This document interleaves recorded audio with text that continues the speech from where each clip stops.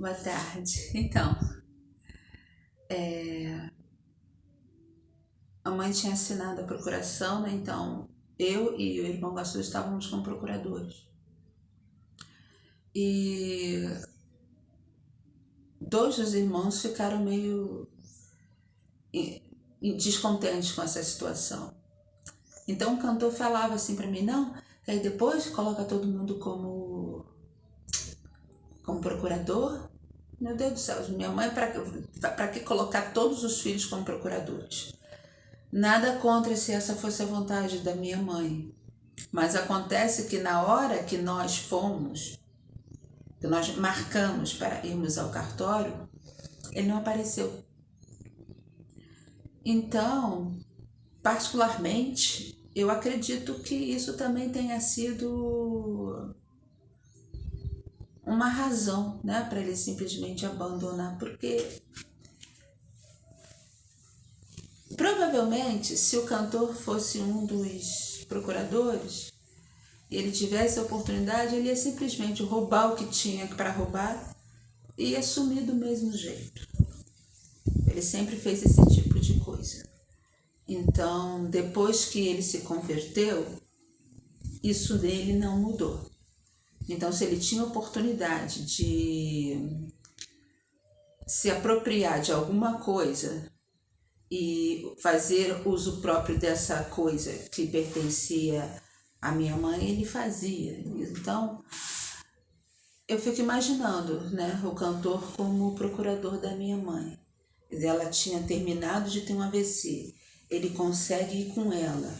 Ele teve a coragem de ir com a minha mãe numa delegacia para dar parte de uma pessoa a respeito de uma coisa onde ele sequer estava presente.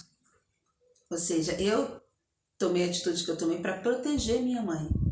E aí no dia seguinte vai ele com a minha mãe e o desgraçado, eu tenho que falar assim, do taxista que estava tirando algum proveito ali da situação, porque havia muitos cabeleireiros aqui perto de casa. E ela fez amizade com esse taxista estava levando ela para um cabeleireiro lá em Colubandê. E eu, mãe, quem é essa cabeleireira? E ela gostava de fazer as coisas dela, mas ela já estava de idade, então ela não é pela idade, mas ela já devia estar adoentada, né? E ela não estava fazendo as coisas da maneira correta. E o que eu podia fazer para proteger minha mãe, eu fazia, mas nós somos 6 filhos, uma protegendo e os outros 5 tirando vantagem, fica muito desproporcional. Então, para quem acha que o cantor é o melhor filho do mundo, o melhor irmão do mundo, fique sabendo que ele sempre foi um ladrão, ele tirava as coisas de dentro da bolsa de mamãe e deixava ela pensar que era eu.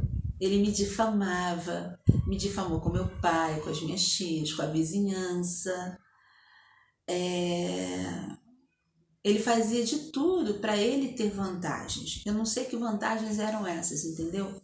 Talvez seja essa a vantagem de ter para o mundo essa aparência de bom cristão.